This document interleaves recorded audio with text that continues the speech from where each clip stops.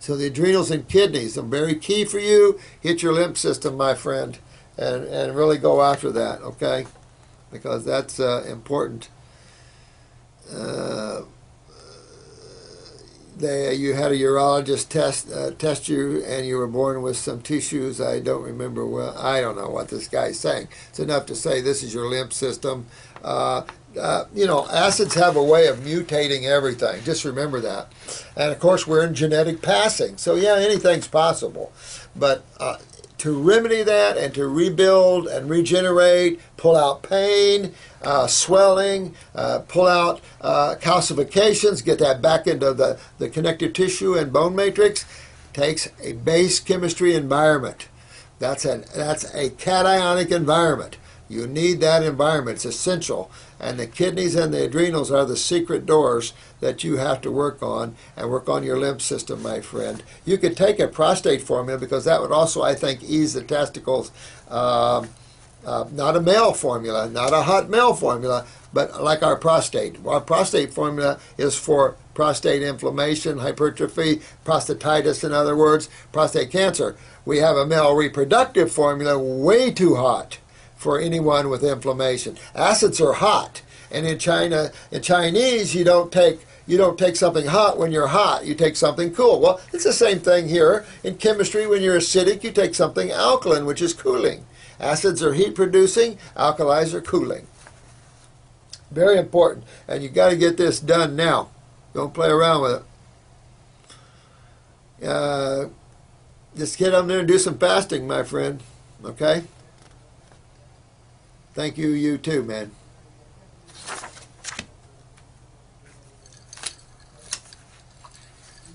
Now, someone asked me if you could talk about raw food and autoimmune disorders. That would be, I got to write this, because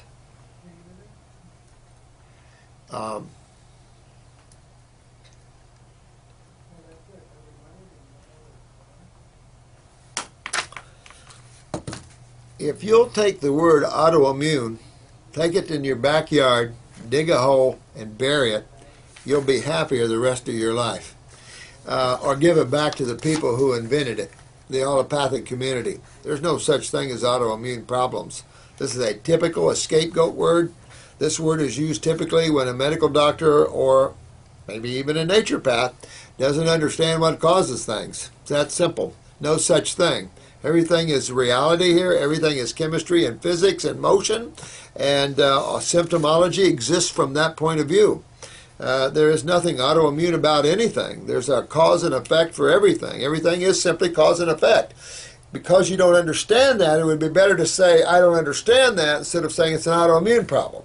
It's a catch-all drawer for allopathic physicians who don't understand anything. Diabetes autoimmune, cancer autoimmune, psoriasis autoimmune. They're all autoimmune. You guys are getting so smart. I think you're going to make some of these guys mad, because the best way to make a medical doctor mad is ask him something he doesn't know. You don't make me mad. I just tell you, I don't know.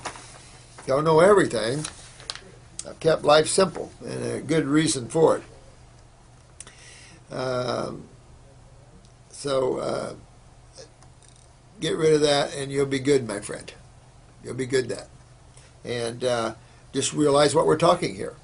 And if you need specific things, just ask that question, and I'll get into specific tissues. But remember, no matter what tissue, whether it's a thyroid hormone issue, a steroid, the adrenals, neurotransmitter, adrenals, serotonin's brain, it doesn't matter what part of the body you're talking about, just a bunch of cells and two major fluids. Never lose that perspective. A bunch of cells, two major fluids, and how many sides of chemistry? Two. I mean, if it's too simple, it can't be right, can it? So lose that autoimmune, okay? You'll be good then, okay? True Seeker 1960. 1960. Were you born then, man? Is that your year? True Seeker. Good man. I tell you what. Be the truth yourself, my friend. You are the living truth. If you seek it, you'll never find it, because it seems like anything you seek always eludes you. Go to who the seeker is, and that is you. You're the living reality and the living presence. Everything else is simply the drama. And truth isn't really found in the drama. You are the truth. So let me see here. And thanks for your comments to Chris and everything. Chris likes that, guys. And so does Drew. Drew really likes to be pumped up. So you guys are good. You know, we love y'all. I'm going to tell you, we love y'all. I don't care what you ask me. Maybe I got a little frustrated with the guy that asked me about the protein, but I'm tired of those kind of questions, no offense.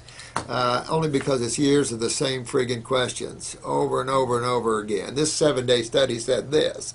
You know, there's nothing healthy about proteins, period. Matter of fact, this mucosa is part of the lymph system. And it responds. Matter of fact, dairy proteins are the most mucosic responsive foods on the planet, no question. And this produces mucus. And so it always is about the protein. And so when you look at the average person, they are on protein diets. That's a problem. And when you take them off the nitrogen-rich protein diets, they suddenly get well. Medical doctors got a fetish for that. But guess what? They can't cure anything. So, let me see. Here we cure about everything. They can't cure nothing, but you want to go with their concept of protein. Okay. All right, I encourage him to go, well, let me see who you're talking about, my friend. Oh, you have a friend, 48-year-old male, 400 pounds, heavy smoker, heavy drinker, type 2 diabetic. He's type 2 because he's got adrenals. That's why he's so big. He's fighting his adrenals. That's emotion. So he does these other things, emotional. These are his emotional crutches that he's using. So you can tell he's type 2. That's an adrenal gland weakness. That's sugar metabolism problems. He's got his kidneys, his limbs. The drinker-smoker thing, he's just emotionally not together. And the bigger you are, the weaker the adrenals, you can really tear your emotions apart. So he needs lots of love, and he needs to make sure his thyroid is good, so he feels like he's a whole person, that he can love himself, and he's going to take care of himself here. Sometimes when you get real big, you can't be all raw, so you work with him the best you can there. He checked his blood sugar. Yeah, you know what? You can't just go from an omnivorous diet and suddenly do a fruit meal and then not expect your blood sugar to soar, but they will. Fruit sugar goes into a cell without insulin, so you're going to see some glucose loading, and as he loses weight, you're going to see some of that. You can even see minor ketosis, the breaking down of excessive fat and stuff like that, but you just keep detoxing, keep detoxing, keep detoxing. And if he goes on all fruits and vegetables, they can be cooked, but goes all on fruits and vegetables, his blood sugar will come right down. And if some fruits spike it up, so what? And if they do, okay. If he's on insulin, he's well covered or anything like that, but it won't take long, especially if you work with the adrenals here, you work with the kidneys, you really get his lymph system moving, he'll come out of that. If he's listening to this for you, if he goes on the Atkins diet, he might as well just sign over everything he's got to you, because he's on a killing diet. The Atkins diet is a killer diet, and it's hurt a lot of people. It's put a lot of people in cardiac arrest, a lot of people with strokes and heart attacks from that diet. That diet is not sound in any way, shape, or form. It creates extreme acidosis, ketosis. This is a serious problem, and any medical doctor recommends high-protein diets like that should be disbarred. That is not that is the worst thing you can do. I remember in the early 70s, liquid pre-digested protein became a fad. I think it was 5 to 7 people in New York City died the first couple of months. No, no, no, no, no, no, no, no, no, no, no, for those that are in protein fads.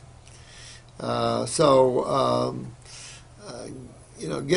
him on a more steady, balanced diet. And then this will happen less and less and less with him, and he'll balance out, and he'll be okay, getting on some herbs and stuff. If you have to give him on the pancreatic capsule form, even though this isn't a pancreatic issue, it has some blood sugar controlling herbs in there. It might help him a little bit there as well.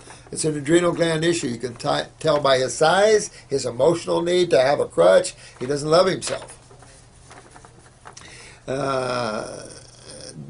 This lady is a lady, or is this a man? Oh, I don't know. But this individual is going to do an endoscopy. That's down. Nothing like to have a scope down your mouth and in your gut, is it? It's just a fun thing to do on a day off. in a few weeks for unexplained digestive issues. Oh, unexplained. Interesting. That's why I love the iris work. Now, I was telling some people yesterday, the iris, really important if you guys study it a little bit. It's real simple, easy to learn. When those of you who are coming to the school, I'll give you a day of that. You'll find how simple this is. A great tool to see digestive issues. But most digestive issues, you're either liver, you're either pancreas, interstitial lymphatic constipation in the wall. Maybe you have some impaction that easy to clean off. Get rid of the worms or anything like that. Deworm yourself just in case you got liver flukes, pancreatic flukes, tapeworms, pinworms, worms, any of those things. And, get into the liver, get into that, and clean it up, and you'll be good. You can run scopes up and down all you want, but they'll never find interstitial lymphatic constipation with scopes, and they're a little uncomfortable. And then when they have to put you out, now you're into neurotoxic anesthesia, and that's scary.